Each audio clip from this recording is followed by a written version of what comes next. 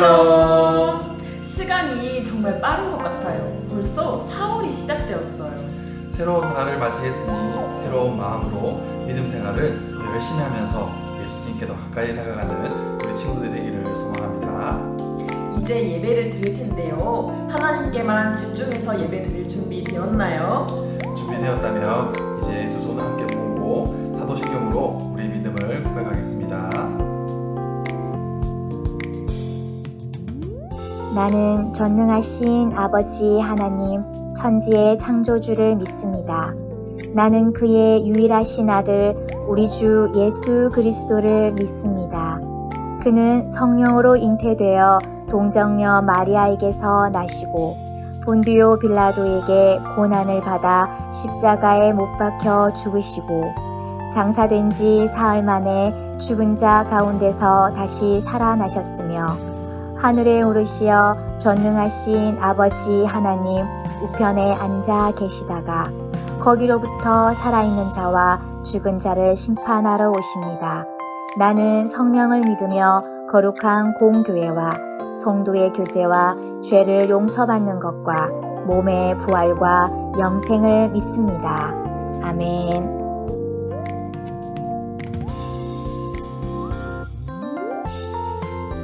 샬롬 친구들, 사순절 잘 보내고 계신가요? 우리 소년부 친구들 사순절 성경 읽기, 그리고 우리 유년부 친구들 사순절 성경 쓰기 잘하고 계신가요? 하나님 기뻐하실 거예요. 오늘도 기쁨으로 예배드리기로 해요. 첫 번째 찬양, 예수님이 계셔서 나는 행복해요.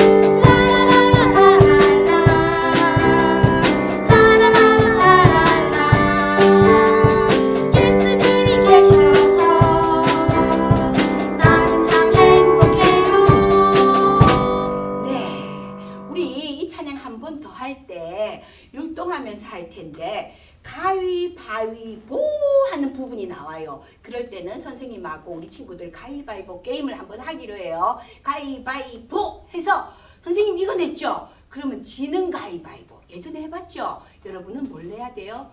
그렇죠. 이거 내야 돼요. 지는 가위바위보로 빨리 바꿔주세요. 자, 준비.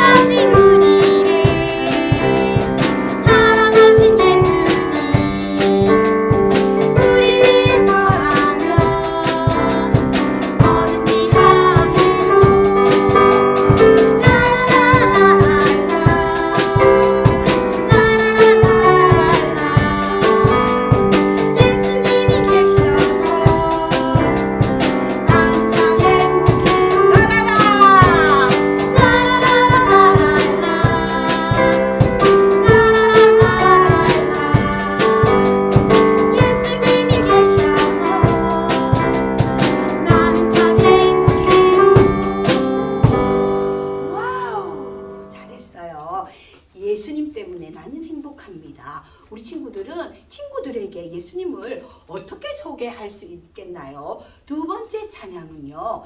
예수님이 누구신지 잘 모르는 사람들은 이렇게 말하지만 나는 예수님은 메시아다 외치겠다는 그런 찬양이에요. 준비.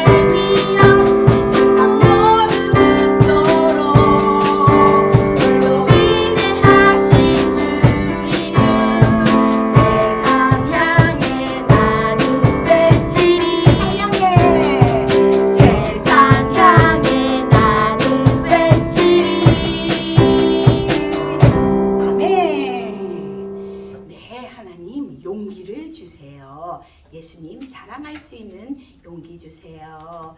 자, 우리 4월 기도송 죽임 당하신 귀한 어린 양을 찬양합니다.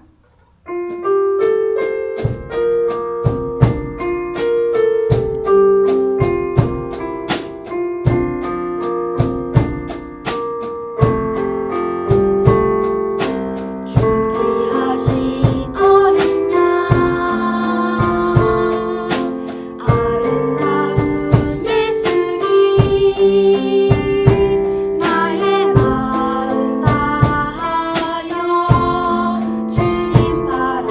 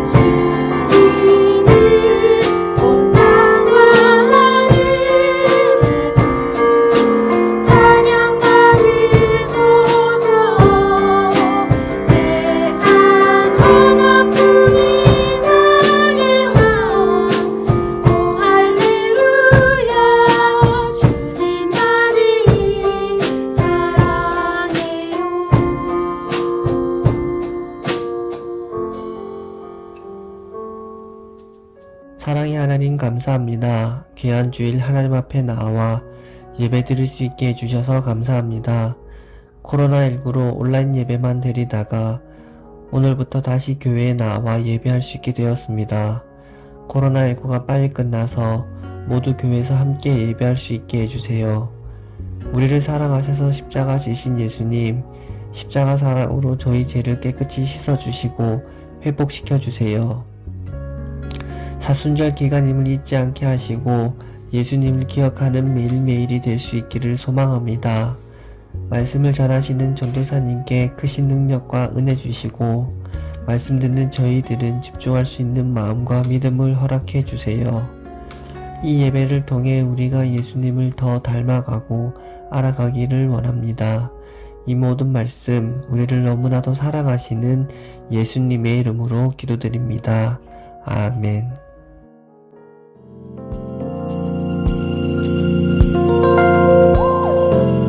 오늘 말씀은 마가복음 8장 31절 말씀입니다. 마가복음 8장 31절 말씀을 우리 함께 큰 목소리로 읽도록 하겠습니다.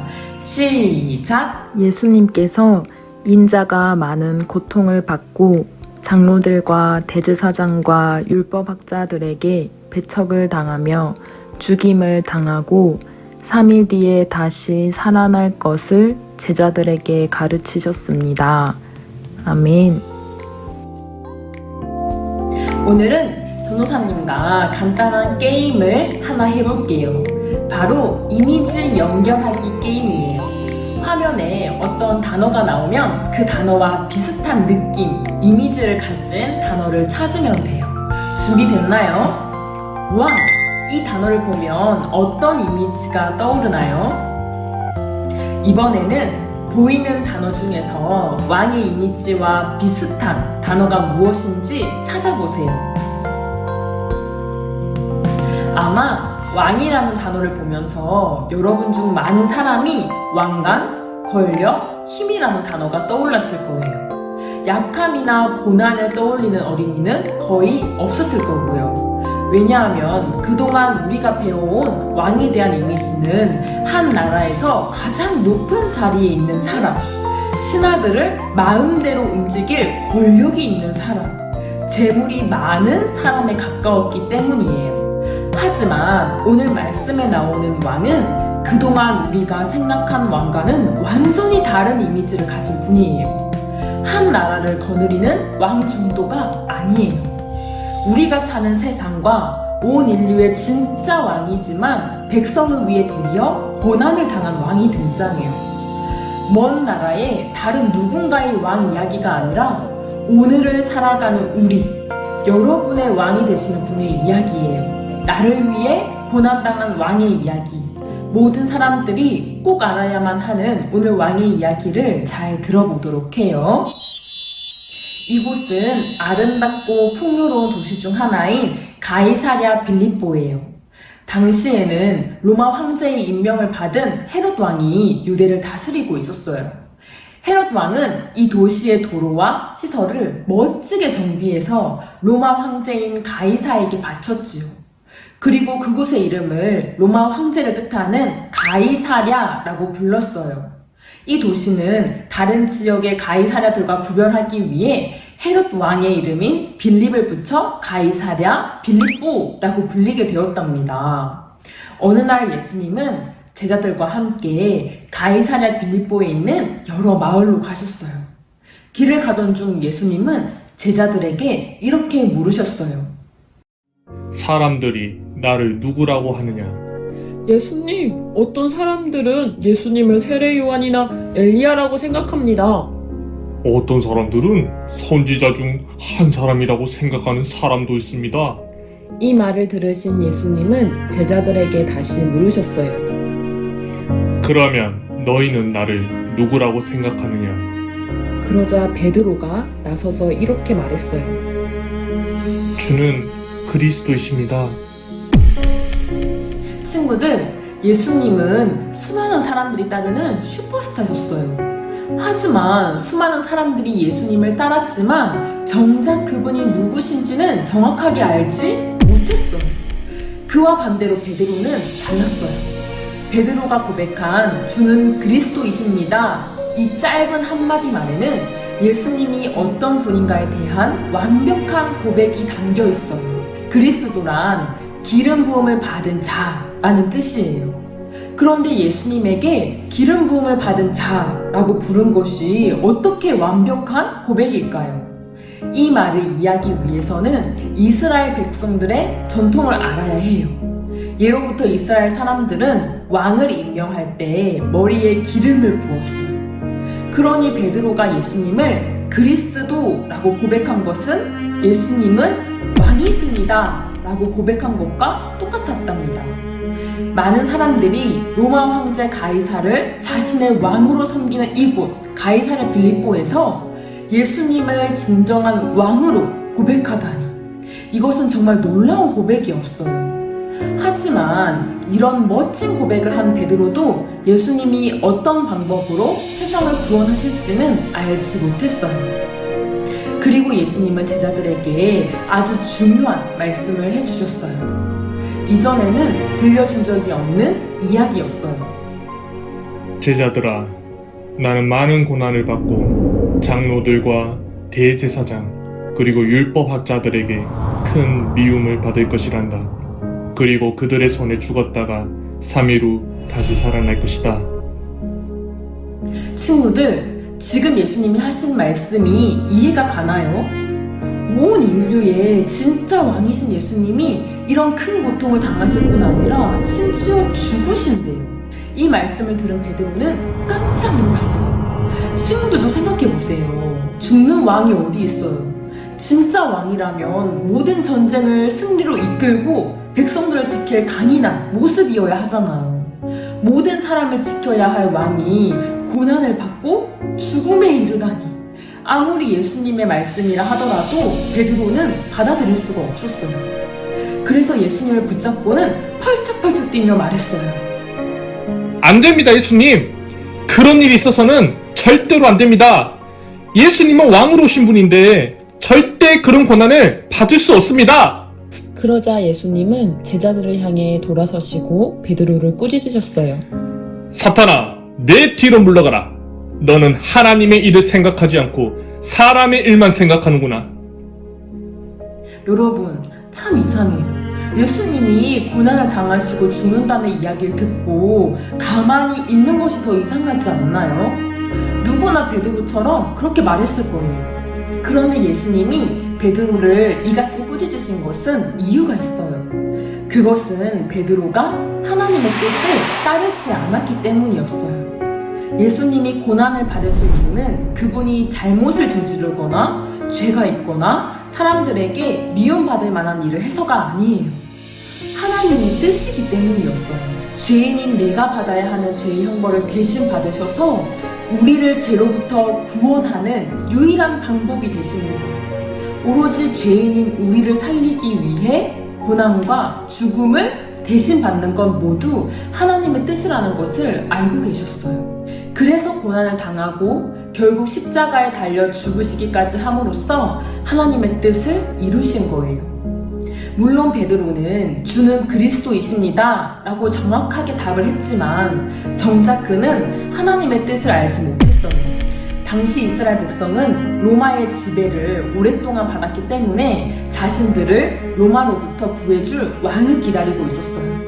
베드로 역시 예수님이 이스라엘을 위한 왕으로 오셨다고 생각했어요. 그러나 예수님은 이스라엘 백성만 구원하기 위해 이 땅에 오신 분이 아니에요. 이 세상 모든 사람을 구원하시려는 하나님의 일을 하기 위해 오셨어요. 그러기 위해서는 온 인류의 죄를 모두 짊어지시고 고난도 받고 십자가에 달리기도 하셔야 했어요. 이후 예수님은 제자들에게 말씀하신 것처럼 사람들에게 멸시와 고난을 받으셨어요. 그 모습은 베드로와 제자들 그리고 이스라엘 백성이 원하는 왕의 모습이 아니었어요. 우리가 익히 알고 있는 왕의 모습도 아니죠. 하지만 예수님은 이스라엘 백성뿐만 아니라 모든 사람을 구원하기 위해 십자가에 달려 죽으신 온 인류의 진정한 왕이에요. 그 누구도 사람을 죄에서 구원할 수는 없어요. 오직 예수님만이 하실 수 있는 일이에요. 모든 사람을 죄로부터 구원하신 왕, 그보다 더 강한 왕은 예수님 이전에도 없었고 이후에도 없어요. 여러분, 예수님은 우리가 사는 세상과 온 인류의 진정한 왕이세요. 우리를 죄로부터 구원하신 진짜 왕 예수님 이야기는 앞서 말한 것처럼 먼 나라의 다른 누군가의 왕 이야기가 아니에요. 오늘을 살아가는 우리, 나의 왕이 되시는 분의 이야기예요. 내가 받아야 하는 고난을 대신 당하시고 내가 받아야 하는 형벌을 대신 받으셨으며 십자가에서 대신 죽으신 우리의 왕, 여러분의 왕, 예수님의 이야기예요. 오늘 말씀을 기억하면서 전도사님을 따라서 함께 고백해 보도록 해요. 예수님은 나의 왕이십니다. 한 번 더 고백할게요. 예수님은 나의 왕이십니다.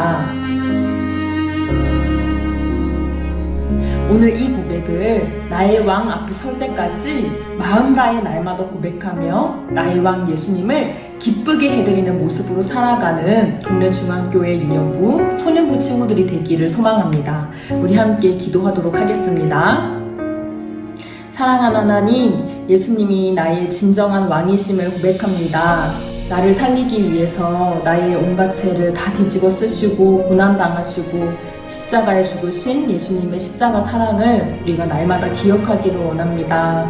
예수님의 사랑을 기억하면서 내 삶의 진정한 왕이 예수님이심을 날마다 고백하게 하여 주시고 나의 왕이신 예수님을 날마다 기쁘게 해드리고 예수님을 날마다 더욱더 사랑하는 우리가 되게 도와주세요. 예수님의 이름으로 기도합니다. 아멘. 하늘에 계신 우리 아버지, 아버지의 이름을 거룩하게 하시며 아버지의 나라가 오게 하시며 아버지의 뜻이 하늘에서와 같이 땅에서도 이루어지게 하소서. 오늘 우리에게 일용할 양식을 주시고 우리가 우리에게 잘못한 사람을 용서하여 준 것 같이 우리 죄를 용서하여 주시고 우리를 시험에 빠지지 않게 하시고 악에서 구하소서. 나라와 권능과 영광이 영원히 아버지의 것입니다. 아멘.